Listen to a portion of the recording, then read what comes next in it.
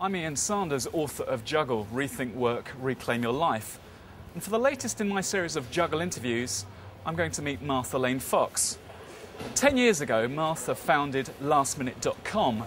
Now she does a variety of things. She's on the board of Marks & Spencer, she's on the board of Channel 4, she's got a singing company called Lucky Voice, plus she's got a few charity interests.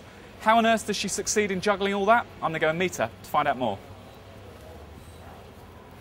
So Martha Lane Fox, a lot of people will know you from your .com days and lastminute.com. Tell me about how we've gone from a very much a virtual business, a .com, to something which is a bit more bricks and mortar as a singing business. Here we are in Soho at one of your singing bars. Lucky Voice. Yes, it's interesting. I left lastminute.com when I thought I want to see if firstly I can survive in the world without Brent, and secondly I can do something based more around bricks and mortar. And I'd spent lots of time in Asia, and I never really understood why the concept of singing in a small room with your friends seemed so alien to people in the West. So I thought we'd start Lucky Voice. And actually, what's been funny is at the beginning of the business, I thought, you know, this online stuff, I've kind of had it in my life with online, but obviously that disappeared after about 6 minutes. And business now is morphing into an online business as well, and it's going to have, you know, mobile bits, and it's going to have lots of different applications, maybe TV bits in the future. Wow. And I think that's the thing that maybe has happened over the last 5 years, is that every business has now merged. You know, the term multi-channel is very overused, but it really is true. And in all the different things I do, I see that people are grappling with how do I move how much of my business at what cost into these different areas so that I'm not missing out another opportunity in another channel. Sure.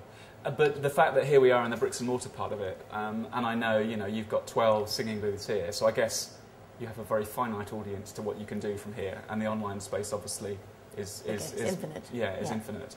But where's the thrust of the business? Because I know that you have a number in the UK. You have a number of singing bars. Is that going to grow? Is that going to grow internationally, or is the growth really all in the online space? No, I think there's probably three strands of growth. We've got 4 bars at the minute in the UK, and we're going to have, you know, over the next, let's say, 5 years, I'd like to be up to about 10. We also have a neat kind of franchise business, so we can put our rooms, our software, our idea into other people's spaces. It doesn't have to be owned by us, so that's the second strand. And then finally there's this online piece, which is kind of the biggest unknown at the moment. It's the bit that we're kind of very excited about because it's new and it's interesting, and it opens up, as you say, the market to anybody that wants to look at the content that we've got here at Lucky Voice. And how much time do you kind of spend on the business, you know, on a week-to-week basis? Well, we have an office nearby here, our Lucky Voice HQ, and I'm in there probably 3 or 4 days a week. Right. So even though I'm not working on the business every single day, I'm there and I'm talking to the people, and, you know, if something needs to be chatted about, then I'm there to have a quick talk about it. You know, I'm learning how to be more hands-off now that I've left running a business full-time, and you know, you really have to be brutal about what am I actually good at and what do I actually think will add something to various things that I'm doing. And I know that if I start getting into the micro detail of the accounts process or the operational project management of how we build one of the bars, then I probably would screw it up and everybody would go crazy. But I know that at the same time, if I focus on, right, what are we going to be doing in a year's time that's different? How are we going to be making sure our customers still love us? How are we going to spread internationally? Do we need to raise some money? You know, the bigger question, I know that that's where my... So you focus on that as executive chair, effectively? Exactly, yeah, and it's about kind of the far in the future as opposed to kind of the mid-term or the short-term, I guess. Sure. And tell me about the charity interest. There's 2 of those. That's kind of the other big theme that I have in my life. I guess where I try and spend most of my time is either on Lucky Voice or Antigone, which is the foundation that I set up a year ago. I have a lovely woman, Rebecca, running that for me, and it's just my money to give small grants to organisations that are predominantly working in the criminal justice sector, but in its broadest sense. So they might be projects helping kids who've been excluded from school into education to try and prevent them entering the horrible loop. It might be with people who are in prison, it might be with people who've left prison. That's the bit that I hope that I'll look back on this phase of my life in 5 to 10 years' time and be able to say that I did something beyond just commercial enterprises. I had learnt those skills and used them in a new and different way. And my God, you know, I feel like we need those people. We need people to think like that and to think about things in a different way. And now more than ever, I really believe that. I agree. And that's a million miles away from a singing company. It is, yes. But you'd be amazed, actually, how you can find crossovers in everything. Really? And, you know, I was just saying before we started rolling the cameras about how I got all the charities together we supported over the last year and took them for a sing-song, and that was an enormously helpful, kind of uplifting bit of fun for everybody. I think I know the answer to this, but tell me, in terms of what you're currently doing, to what extent was that arrived on by planning, or has it all happened by accident? Well, accident maybe is the key word in that sentence. I had a very hideous car crash in 2004 and was unable really to do anything for 2 years. I was in hospital for a year and then had another horrible set of operations for a year after, and it hadn't been my plan to end up with this portfolio of interests quite so young, and I had got a job that I wanted to go and do. But, you know, things happen and you deal with them, and actually when I look now at where I am in my life, I don't feel as though, I'm not particularly a big believer in fate or anything, you know, that was meant to be predetermined, and you just do what you do at the times that they happen. Now it's planning, but it was by dint of an accident. Yeah, no, that makes sense. But I think even with planning now, I mean, it's with the economic trends and also changing technology, it's very difficult to plan.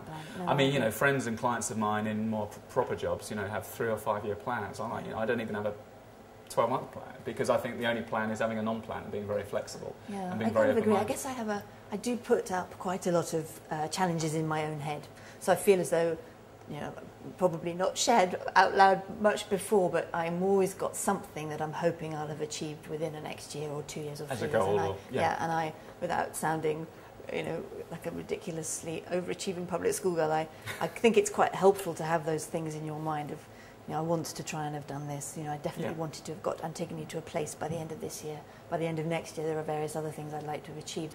Even though I don't have a, you know, big master plan, I do have quite personal goals and dreams, and I think they're so important, and they work for me too. In terms of kind of, I don't know, segmenting your time, are there some of you, I mean, I suppose the non-exec things are probably restricted to, apart from a lot of reading, a bit of preparation for board meetings, you know, you're turning up at meetings.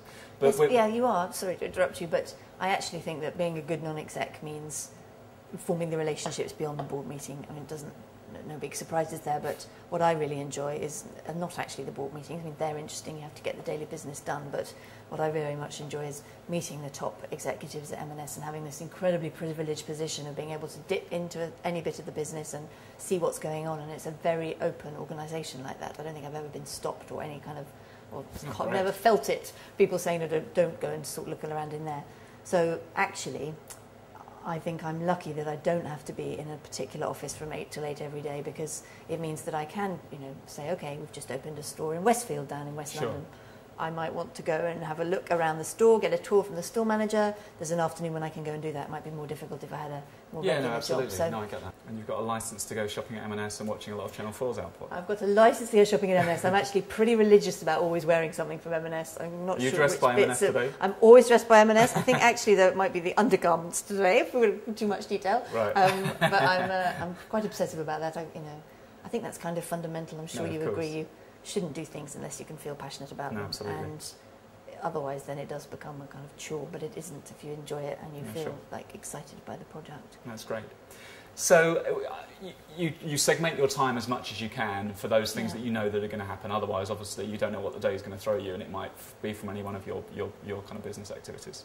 Yes, I think that, you know, you can plan to a degree. You can look out in your diary and see all the fixed meetings and the board meetings or whatever it might be.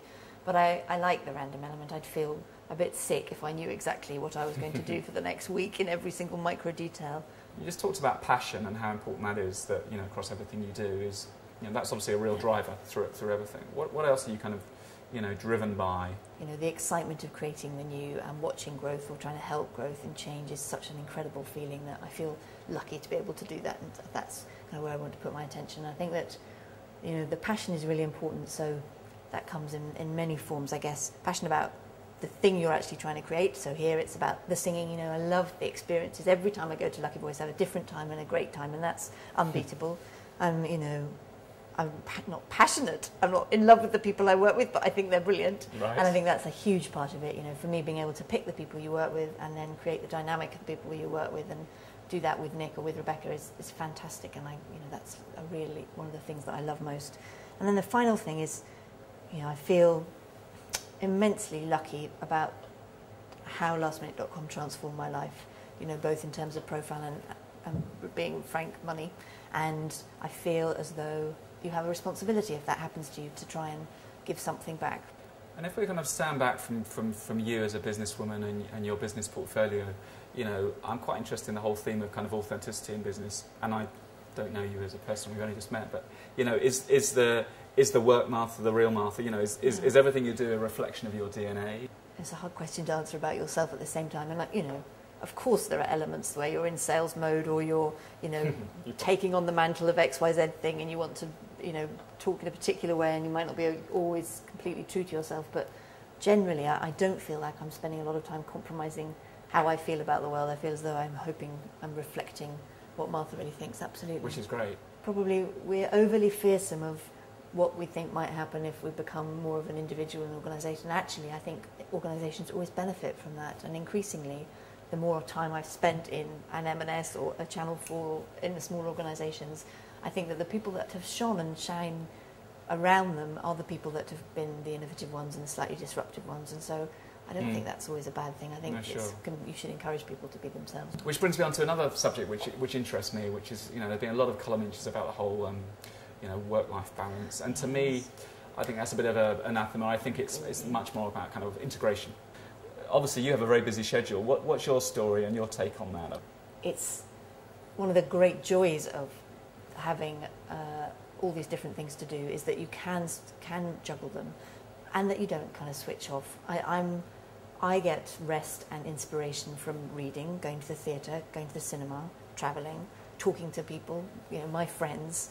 It's not as though I feel like I want to turn off my BlackBerry, turn off my computer, stop my email. In fact, that makes me feel very anxious. Right. And I'm not a workaholic by any stretch of the imagination, but I do think, as you quite rightly say, everything's knitted together. You know, I went last night to the theatre to see a play put on by a group of ex-prisoners. It was kind of work. I met some people who might be useful for Antigone, but it was also incredibly interesting and inspiring. I think we're lucky that we have the tools now to be able to live our lives in a much more intertwined way, whether it's because of email, the web, whatever it might be. And I don't feel that necessity to cut off. Yeah. You know, if people want to run their lives like that, that's great, but that's not personally how I want to do it. There's a lot of pessimism at the moment around outside, you know, and I don't know, I think it's kind of self-perpetuating, really. I do believe, genuinely, there's a lot of opportunities out there, even at these times like this. And, you know, there's a lot of opportunities, especially maybe more of the grassroots end for enterprise and people working for themselves as startups. And I wonder really whether, you know, the kind of business roles that we inhabit in our different ways, but as jugglers makes one more enterprising because, you know, I do more than one thing, you do more than one thing, which means that, you know, you have more tools in your toolbox to offer the marketplace and to offer clients and to offer employers. By being across many different things, you bring something a bit more interesting to each thing you're doing. You know, I certainly think I do a better job at Lucky Voice having been aware of things happening at Marks & Spencer, for example. Or I'm sure that I'm a more effective board member at Channel 4 because I am understanding things via My Deco or Lucky Voice or whatever it might be. I completely agree with you about this pessimism. I don't like pessimism. I'm not a pessimistic person. I don't think good entrepreneurs are pessimistic. I just don't think you can be because otherwise you just wouldn't get out of bed in the morning. So cautious optimism, I think, is how I feel at the moment, which is, you know, encouraging people that the reality of where we are is maybe not what the media are telling us, that yes, there are lots of people that are having a very tough time, but lots of people that should actually be encouraged to carry on living, not feeling like the world is ending. And certainly I feel better placed to think about some of those issues with all the different things that I do. But I think particularly working, you know, through some of those charities that Antigone's brought together, it does just constantly remind you that we live in a 2, 3, 4-tier society in the UK, particularly in London, and you have to be mindful of that. I think it sounds like you have a very busy portfolio. Are you at capacity? You know, does Martha have any more bandwidth to take anything else on? I think I probably am at capacity, but only because I don't want to start doing a bad job at all these things. Sure. I think that, you know, there's a lot. That's not to sound pretentious. I don't get offered lots of things, but sometimes things come out the woodwork and I think, oh, that sounds fun, and then it kind of looks shiny and new in the corner. I think, no, hold on a minute.